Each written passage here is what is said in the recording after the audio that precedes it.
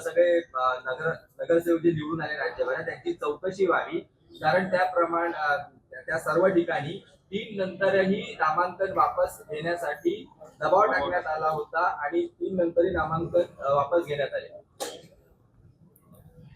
जो माणूस निगेटिव्ह मानसिकतेमध्ये आहे, संजय राऊत हे निगेटिव्ह मानसिकतेचे आहे. कुठल्याही विषयाला ते निगेटिव्ह जनतेमध्ये मांडण्याचा प्रयत्न करतात.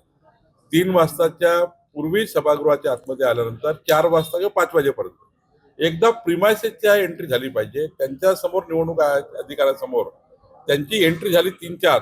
मग थोडे कारवाईला थोडा उशीर लागला तरी आपण त्या ठिकाणी त्यांचं मान्य करतो. निवडणुकीच्या मतदानाचं बघा, तुम्ही त्या प्रिमायसेसमध्ये जो काही वेळाच्या वेळेच्या आतमध्ये जेवढे आले तेवढा 7 वाजू की 8 वाजू मतदान करतायत. तशीच परिस्थिती आहे. आणि त्यामुळं भाजपा, शिवसेना, महायुतीचे उमेदवार याकरता अनुपस्थित झाले. तिथल्या जनतेने, तिथल्या अपोजिशननी त्या भागाच्या विकासाकरता सरकार जे आहे ते देवेंद्र फडणवीस सरकार, आमचं सरकार हे त्या भागाचा विकास करू शकते या अजेंड्यावर विड्रॉ झाले आहे. विकासाच्या अजेंड्यावर विड्रॉ झाले आहे. कोणीही कोणाला जबरदस्ती या देशामध्ये करू शकत नाही. महाराष्ट्र करू शकत नाही. महाराष्ट्र तर बिलकुल होत नाही. कोणाला आपण जबरदस्ती करू शकत नाही. छोट्याशा मुलावर नाही करू शकत.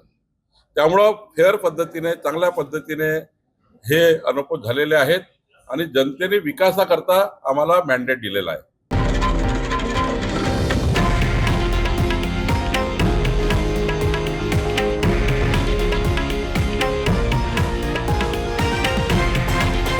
हे आहे देशातील नंबर 1 न्यूज नेटवर्क आणि आपण पाहत आहात TV9 मराठी, एकमेव.